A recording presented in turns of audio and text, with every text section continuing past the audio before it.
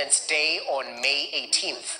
Now, this day marked the day Somaliland detached from its neighbor Somalia, a former British colony. Somaliland gained its first taste of independence in 1960, but just months later, the new parliament decided to join the former Italian colony Somalia in what they hoped would eventually become a federation of Somali states in the Horn of Africa. However, years of tension between the north and south of the Somali Republic would see Hargeisa, the capital of Somaliland, want out of the union. On May 18th, 1991, Somaliland's leaders decided to break away, forming a polity with all the trappings of statehood, a currency, a passport, and a president of its own. Now, the Somali Republic flag was lowered and replaced with that of Somaliland, and 31 years later, Somalilanders still gather to celebrate the decision to leave the union. Now, in regards to this, our reporter George Maringa is just back from Hargeisa, the capital of Somaliland, where the national celebrations were held, and he now joins me live with reflections from Hargeisa and the largest Somaliland state, or is it a country? He's here to inform us. Maringa, it's great to see you first of all. If I knew how Somalilanders speak, I'd pass salutations that way, but straight to it, not many people know that this is a state, or is it a country? But the flip side is it internationally recognized, first of all, before we talk about the people and the culture? Yes, it's quite an interesting country because Somaliland, separated from Somalia back in 1991, and May 18th was the day that they, signed that, or rather they formally exited the union with Somalia, because this Republic of Somaliland wished through its leaders and its people to exit that union that had been agreed upon in the 60s. Remember, actually, Somaliland gained independence just a few days before Kenya did back in the 1963. But then, since 1991, when Somaliland separated from the larger Somalia, it has not gained international recognition. It is not recognized in the states, or rather, it doesn't have the stateship that comes with internationally recognized countries globally. And so this is something that over the years, for over 3 decades now, we're talking about 31 years, they've been craving to get, from the international bodies, the African Union, the United Nations, but mostly the Western countries have delegated the issue to the African Union. But the African Union has, used different methods to try and achieve this, but there has not been so much success. And the National Day celebrations were quite elaborate because the people of the Republic of Somaliland, or Somalilanders as they like to call themselves, came out in their large numbers, and it was quite interesting to see that actually the celebrations had lasted for over a week since we had arrived, because we landed on the eve of the celebrations. That was on May 17th, and from actually the minute we landed, the country's flag was dropped in various buildings across the capital, that is Hargeisa. As we drove all the way from the airport to different parts of Hargeisa, the flag of the Republic of Somaliland was evident, and the celebrations proceeded over into the night and spilled over to the morning. And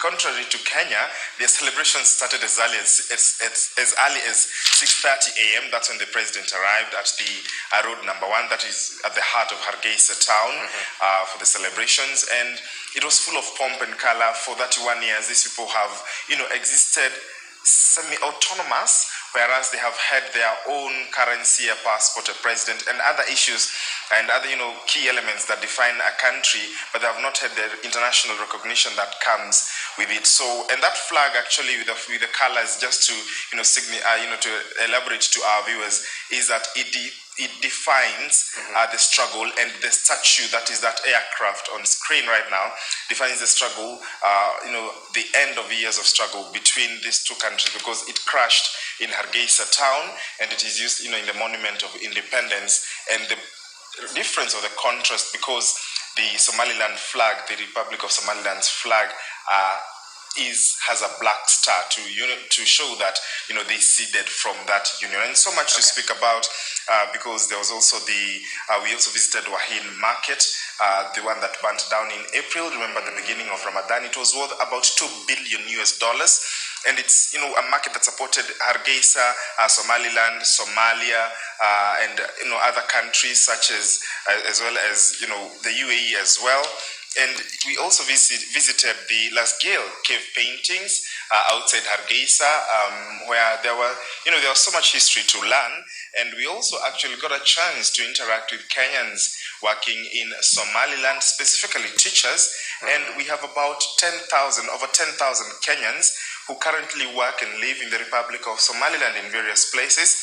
We interacted with the teachers who actually teach in the CBC form. In the CBC format, it's quite interesting because such a country would follow the CBC format, and they, are imparting that knowledge. Okay. They're part of the 10,000 Kenyans working and living there, as well as others who are in the hotel industry, manufacturing industry, construction, and other sectors.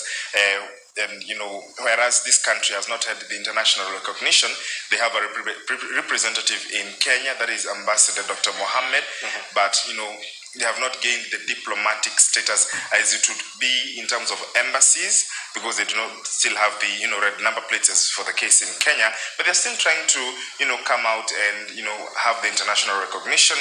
Their president Musa Bihi Abdi, after visiting Kenya, went to visit the US in a bid to try and gain this international recognition. So we wait and see whether the 32nd celebrations will be interesting to note whether they will be recognized as a fully fledged state or nation. And I have to ask this because there's usually an assumption of insecurity whenever Somalia comes up due to the presence of Al-Shabaab. Is it a peaceful and prosperous state when we're talking about Somaliland? Well, what challenges in terms of insecurity, since they're so close to Somalia, do they face? It was interesting because having had the opportunity, the golden chance to visit Somalia in 2019, visiting Somaliland was a whole different ballgame because in Somalia we all know about the Al-Shabaab, the terror groups that exist, but Somaliland is quite interesting because it's very peaceful. Contrary to what people would think, the Republic of Somaliland is very peaceful. You do not have to wear, the bulletproof jackets. The people there were, celebrating at night, from the wee hours of from early on, from, the late hours of the night to the early hours of the morning. And security is quite guaranteed. And we actually, visited and traversed those streets. We didn't have to go through any, restrictions in terms of security. We did not have to worry about explosions. The only thing that looked like some negative effect was that Wahin Market, which burnt down and is still a shell of what it used to be, supporting the larger Horn of Africa region. But Somaliland is very peaceful. You do not need to go through so much security checks as it were, being wary of Al-Shabaab and other terror groups. And interesting to note is that there is still a restriction if you want to access Somaliland through Somalia, because Mogadishu still has its, issues with Hargeisa, and they're still trying to solve them. So if you're trying to access Somaliland through Mogadishu, you'll have to gain a special permit. But for Kenyans who are, trying to access or visit Somaliland, you can do that by going through, the embassy. You obtain a visa depending on the duration, and then you'll fly in comfortably. You'll not have to go through or worry about any, attacks through the terror groups or any other insecurity issues. Well, that's well noted. Especially, it's comforting for the over 10,000 Kenyans who are working there. But as we finalize, and I was looking at the pictures that you were sending in, while you were there, the lion being part of the parade during those celebrations on the National Day. Let's talk about the culture and the affluence of the people in Somaliland, known as Somalilanders. What encompasses their way of life? What would you mention about their culture? I saw you with a scarf as well. So talk to us about that. The pomp and color side. The pomp and color. This is a set scarf. It was actually given as a souvenir, and it was to tell you how much patriotic these people are. Everyone wore this scarf on the National Day celebrations. You don't quite see that here in Kenya. And business came to a total standstill as they followed the celebrations, on TV, on radio, and they also joined the celebrations at Road 1, that is in Hargeisa. But the lion really was to signify, because, existing as a state, as they in the state they are in right now, they describe themselves as brave. They describe themselves as courageous. Aspects that have been associated, or character traits that have been associated with lions, and so that's why lions are also used in the parade.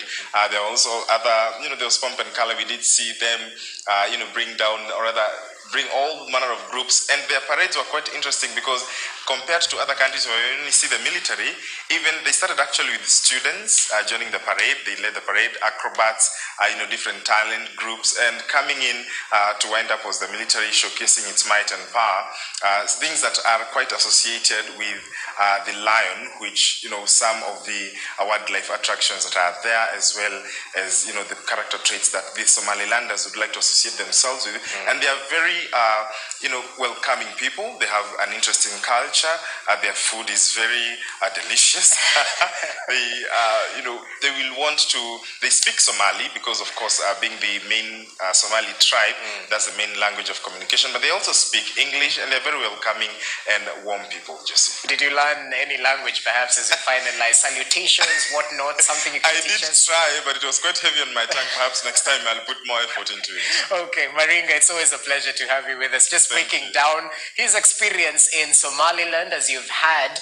It's definitely an independent state, but still trying to seek that autonomy and recognition in terms of the international partners. But they were celebrating their National Day just recently, and Maringa was there in the country getting a feel of the culture, the way of life right there, and you can expect a lot more in terms of content right here on Standard, through the papers and the TV stations we have. So thanks for that, Maringa, my colleague.